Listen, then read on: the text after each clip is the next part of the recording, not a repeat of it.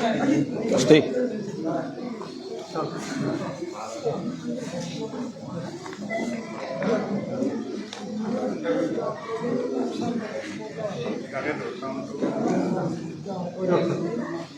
খুলুমবাই নমস্কাৰ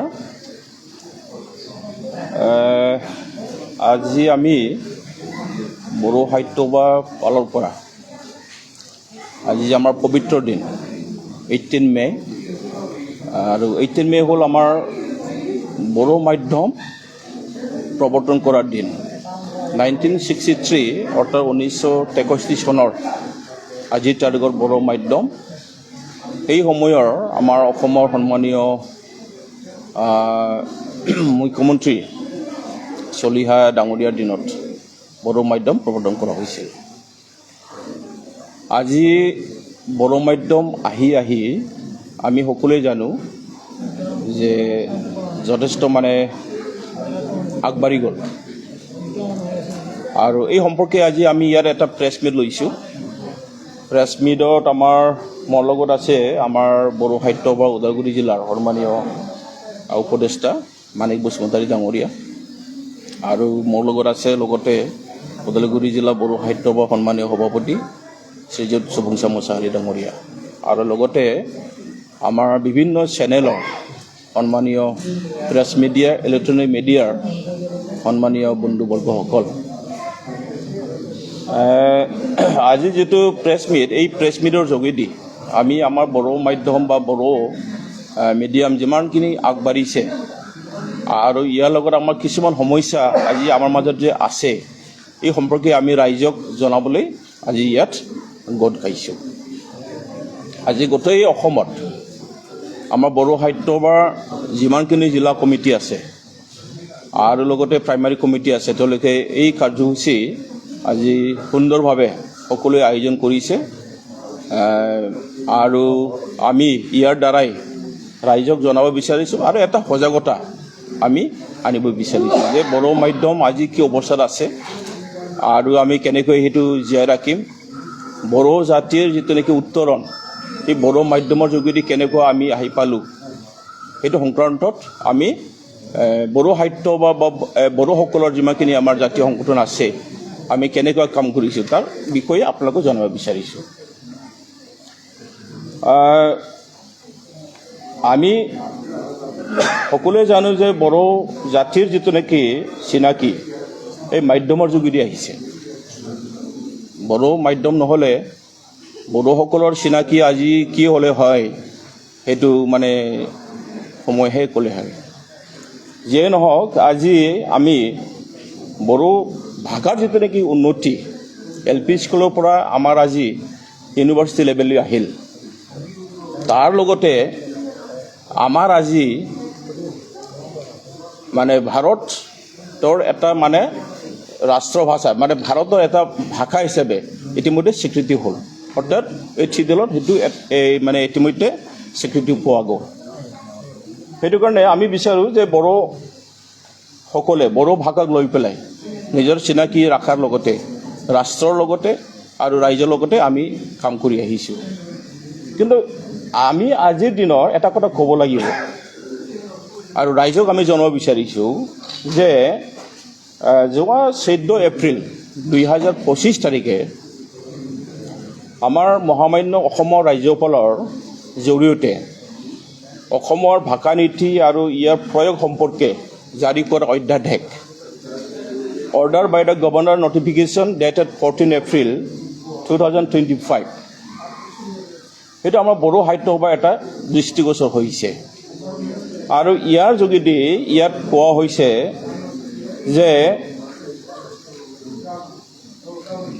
অসম উচ্চতৰ শিক্ষা সঞ্চালকালয়ৰ পৰা সকলো প্ৰতিষ্ঠিত আৰু চৰকাৰী আদৰ্শ মহাবিদ্যালয়সমূহৰ অধ্যক্ষসকললৈ বিভিন্ন পদৰ নিয়োগত অসমীয়া ভাষা বাধ্যতামূলক কৰাৰ নিৰ্দেশনাৰ ওপৰত বহলাই আলোচনা কৰে আৰু উক্ত অধ্যাদেশৰ কাৰ্যকৰীকৰণৰ তীব্ৰ বিৰোধিতা কৰে আৰু ইয়াক বাতিল কৰাৰ বাবে দাবী কৰা হয়।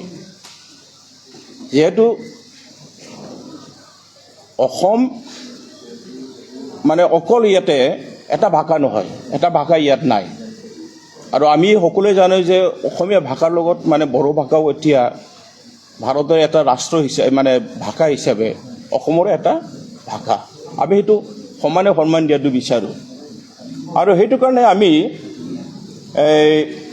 এটা কথা ক'ব লাগিব যে এই অধ্যাদেশৰ ফলত ভাৰতীয় সংবিধানৰ ৮ম অনুসূচীত মানে ভুক্ত অসমৰ ৰাজ্যিক সহযোগী ভাষা মৰ্যাদাপ্ৰাপ্ত বড়ো ভাষাক অকল বিটিআৰ অঞ্চলতে সীমাবদ্ধ ৰাখি অসমৰ অন্যান্য অঞ্চল বিশেষকৈ BKWAC অঞ্চলত অকাৰ্যকৰী কৰাৰ পথ সুচল কৰিব। তাৰমানে আমি এনেকুৱা এটা আন্দাজ কৰিছোঁ যে এই অধ্যাদেশৰ জৰিয়তে বড়ো ভাষা বড়ো মাধ্যম যিটো নেকি চিনাকি অকল মানে BTADত সীমাবদ্ধ ৰাখিবলৈ বিচৰাটো আমি দেখিবলৈ পাইছোঁ। আমি যিটো নেকি বিচৰা নাই, আমি বিচাৰোঁ যে বড়ো ভাষা বড়োসকলৰ যিটো নেকি মাধ্যম অকল BTADত মাত্ৰ নহয়, BTADৰ বাহিৰতো আছে। আৰু সেইটোৰ কাৰণে তেনেকুৱা যদি অধ্যাদেশ যদি কাৰ্যকৰী কৰা হয় অদূৰ ভৱিষ্যতে বড়ো মাধ্যমৰ কাৰণে বড়ো ভাষাৰ কাৰণে মানে বিপদ আহিব, বিপদ হ'ব, আমি সেইটো দেখিবলৈ পাইছোঁ। আমি চৰকাৰক আহ্বান কৰিব বিচাৰিছোঁ, আহ্বানৰ লগতে আমি দাবী কৰিব বিচাৰিছোঁ যে তেনেকুৱা এটা ডাঙৰ সিদ্ধান্ত লোৱাৰ আগতে আচলতে কিছুমান জাতীয় সংগঠনৰ লগত আলোচনা কৰাটো দৰকাৰ বুলি আমি ভাবোঁ। আৰু তেতিয়াহে আমাৰ মাজত যিটো নেকি সমিল মিল ভাষাৰ ক্ষেত্ৰত মাধ্যমৰ ক্ষেত্ৰত শান্তি সম্প্ৰীতি বজাই ৰখাৰ ক্ষেত্ৰত সেইটো সহায়ক হ'ব, আমি সেইটো ক'ব খোজোঁ। আপোনালোকে চাব ইয়াৰ লগতে যে আজিৰ দিনত অসম চৰকাৰৰ আমি সমালোচনা কৰিবলৈ বিচৰা নাই। অসম চৰকাৰে কিছুমান কাম কাজক আমি জনাব লাগিব ৰাইজক যে চৰকাৰে এই কামটো ভুল হৈছে, এই কামটো বেয়া হৈছে, আমি ক'বলৈ যোৱা নাই। কিন্তু চৰকাৰৰ কিছুমান নীতি যে আমাক আজি ক'বলৈ বাধ্য কৰিছে। আপোনালোকে চাব যে চতুৰ্থ ভাষা প্ৰয়োগ কৰাৰ কাৰণে যিটো চেষ্টা কৰি আছে অসম চৰকাৰে সেইটো গ্ৰহণযোগ্য নহয়। দ্বৈত মাধ্যম প্ৰৱৰ্তন কৰা যিটো নেকি প্ৰচেষ্টা, নিয়োগৰ ক্ষেত্ৰত অসমীয়া ভাষা বাধ্যতামূলক কৰা, অসম নিচিনা এখন ৰাজ্যত এইবিলাক যদি পলিচি যদি আপুনি জাপি দিব বিচাৰে সমস্যা নিশ্চয় আনিব, আমাৰ মাজত বিভেদ আনিব, আমি সেইটো আন্দাজ কৰিছোঁ। তাৰ বাদে আপোনালোকে চাব বড়ো মাধ্যমৰ বিদ্যালয়সমূহৰ জৰ জুলুম অসমীয়া মাধ্যমৰ শিক্ষক নিযুক্তি, আমাৰ মাজত বহুত উদাহৰণ আছে তেনেকুৱা। আমি বাৰে বাৰে কৈছোঁ চৰকাৰক যে এনেকুৱা যিবিলাকত বড়ো মাধ্যম বিদ্যালয়সমূহ আছে এই বড়ো মাধ্যমৰ বিদ্যালয়সমূহত যিসকলে বড়ো মাধ্যমৰ ছাত্ৰ ছাত্ৰী মানে শিক্ষক শিক্ষয়িত্ৰী আছে তেওঁলোকক দিয়ক, কিন্তু যিসকলে বড়ো ভাষাই নাজানে তেনেকুৱা ব্যক্তিক দিয়াৰ পিছত আমি তেওঁলোকৰ পৰা শিক্ষাদান কৰাৰ বড়ো মাধ্যমৰ ছাত্ৰ ছাত্ৰী শিক্ষাদান কৰাৰ ক্ষেত্ৰত কি ফল আমি পাম, এইটো সমস্যা এটা হৈ আছে আমাৰ মাজত। তাৰপিছত আছে আমাৰ জুডিচিয়েল ছাৰ্ভিচৰ ক্ষেত্ৰত আপোনালোকে চাব, আমাৰ জুডিচিয়েল ছাৰ্ভিচৰ ক্ষেত্ৰত চৰকাৰৰ যিটো নেকি নীতি যে বড়ো ভাষা নহ'লে জুডিচিয়েল লাইনত চাকৰি নাপায় এতিয়া, মানে অসমীয়া নহ'লে মানে আছাম জুডিচিয়েল ছাৰ্ভিচত আজিকালি এনেকুৱা হৈ গৈছে যে আগতে চাই লয় অসমীয়া লিখিবলৈ দিব, অসমীয়া পঢ়িবলৈ দিব। যদি এই ল'ৰা যদি অসমীয়া লিখিব নাজানে, এই প্ৰাৰ্থীয়ে যদি অসমীয়া লিখিব নাজানে, অসমীয়া যদি পঢ়িব নাজানে, এই প্ৰাৰ্থীক এই চাকৰিৰ পৰা বঞ্চিত কৰা হয়। আমি চৰকাৰৰ দাবী কৰি আহিছোঁ যে বড়োৰ কাৰণেও যিবিলাক ইংলিছ মাধ্যমৰ প্ৰাৰ্থী থাকিব, বড়ো মাধ্যমৰ প্ৰাৰ্থী থাকিব, তেওঁলোকৰ কাৰণে এটা আল্টাৰনেট এটা ৰাস্তা কৰি দিব লাগে, নহ'লে এইবিলাক সমস্যা আমাৰ মাজত আহি থাকিব। সেইটো কাৰণে আমি উল্লেখ কৰিছোঁ যে আজিৰ দিনত আজি 18 মে বড়ো ভাষাৰ বড়ো মাধ্যমত আসাম চৰকাৰে সেইটো সময়ত আমাক মান্যতা দিছিল, কিন্তু এইবিলাক সমস্যা আমাৰ কাৰণে বহুত ডাঙৰ এটা সমস্যা হৈ আছে। তাৰ বাহিৰে আপোনালোকে চাব আজি গুৱাহাটীত আছে এতিয়া বড়ো মাধ্যমৰ বিদ্যালয়সমূহ চাবৰ কাৰণে separate directorate for Bodo and other tribal languages মাত্ৰ চলি আছে। চৰকাৰে কোনো গুৰুত্ব নিদিয়ে। যিজন ডাইৰেক্টৰ আছে কোনো পাৱাৰে নাই। পাৱাৰ এণ্ড ফাংচনছ তেওঁ একো দিয়া নাই। আমি চৰকাৰ দাবী কৰি আহিছোঁ যে separate directorate for Bodo and other tribal লেংগুৱেজৰ যিজন ডাইৰেক্টৰ তেওঁ পাৱাৰ দিয়ক, কিন্তু পাৱাৰ দিয়া হোৱা নাই। 6.3 আপোনালোকে চাব 6.3 2020 27 জানুৱাৰী যিটো নেকি বড়ো পিছ একৰ্ড হৈ গ'ল। স্কুল প্ৰভিঞ্চিয়েলাইজ কৰা from LP, ME, high school, college 6.3 কোনো কাৰ্যকৰী কৰা নাই। আমি দুখ পাইছোঁ এটা চুক্তি হোৱাৰ পিছত আজিলৈকে যে কোনো কাৰ্যকৰী হোৱা নাই। আমি বুজি পোৱা নাই কি কাৰণত হোৱা নাই। তাৰপিছত চাব আপোনালোকে যে কেতিয়াবা আমাৰ এনেকুৱা লাগে যে আমি অসমৰ এটা পাৰ্ট এণ্ড পাৰ্চেল। বড়োসকলে কেতিয়াও হোৱা নাই মানে কোৱা নাই যে আমি অসমৰ পাৰ্ট নহয়। আমি সদায় কৈ আহিছোঁ যে হয় আমি অসমৰে পাৰ্ট। কিন্তু কিছু ক্ষেত্ৰত এনেকুৱা হয় যে আমি 2023 ক্লাছ 11 আৰু 12 বড়ো মাধ্যম ইণ্ট্ৰডিউচ কৰিছোঁ। তাৰ যিমানখিনি ট্ৰেঞ্চলেশ্যন ৱৰ্কশ্বপ বড়ো সাহিত্য বাই বেয়াৰ কৰি কামটো কৰিলে আমি আসাম চৰকাৰক বাৰে বাৰে কৈছোঁ যে আমাক খৰচাটো অলপ দিয়ক। আসাম চৰকাৰে এক পইচাও দিয়া নাই। পিছত আমি BTC গভৰ্ণমেণ্টক প্ৰমোদ বড়ো ছাৰক যাই পেলাই তেখেতক ক'ব লগা হ'ল যে এই ক্ষেত্ৰত আপুনি সহায় কৰক। সেইমতে আমাৰ প্ৰমোদ বড়ো ছাৰে আমাক সহায় কৰিলে। আসাম গভৰ্ণমেণ্টে কোনো সহায় নকৰিলে। কিন্তু আমি সকলোকে সমান হিচাপে আমি ল'ব বিচাৰোঁ। এই ক্ষেত্ৰত আজি আমি এই পবিত্ৰ দিনত 18 মে আমি চৰকাৰক জাষ্ট জনাব বিচাৰিছোঁ আচলতে ডিছক্ৰিমিনেশ্যন আহিব নালাগে। কাম কৰাৰ ক্ষেত্ৰত এটা মাধ্যম জীয়াই ৰখাৰ ক্ষেত্ৰত ডিছক্ৰিমিনেশ্যনটো আহিব নালাগে। ডিছক্ৰিমিনেশ্যন থাকিব মানে এইটো থকাটো ঠিক নহয়। আমি সেইটো ক'ব বিচাৰিছোঁ। আপোনালোকে আচৰিত মাৰিব যে অসম চৰকাৰে কিছুমান আমাৰ নিচিনা সংগঠনক কোটি কোটি টকা দিয়ে, কিন্তু বড়ো সাহিত্য বা যিমানখিনি কাম কৰাৰ পিছতো আমাক লাখ টকা দিবলৈ বিৰাট কষ্ট পায় অসম চৰকাৰে। আমি বুজি নাপাওঁ। আজি আমি ক'ব লাগিব যে যিহেতু আমাৰ বড়ো ভাষা বহুত উন্নতি মানে শিখৰত গ'ল। আজি আমাৰ ক্লাছ 1ৰ পৰা LP স্কুলৰ পৰা ইউনিভাৰ্চিটি লেভেললৈ গৈ পাইছে।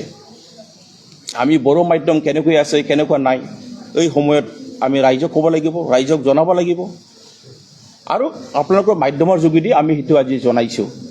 যিয়ে নহওক আজি আমি বড়ো সাহিত্য বা পালৰ পৰা কিছুমান কথা আপোনালোকক জনালোঁ আৰু আমি আশা কৰিছোঁ অসমৰ গোটেই ৰাইজে চিন্তা চৰ্চা কৰিব, বুজিব।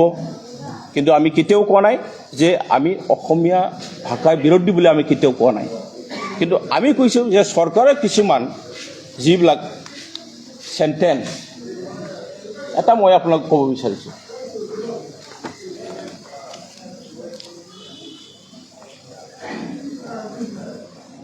ইয়াত এটা অৰ্ডাৰ আছিলে government of Assam higher education department Dispur Guwahati 6 মাজতো মই আপোনালোকক পঢ়ি শুনাইছোঁ। The proficiency will be ascertained throughout Assam for Assamese language. However, in BTR and Bodo dominated area, faculty may be chosen by the individual college if the proficiency is confirmed for Bodo language instead of Assamese, as the same is also an associate language of the state.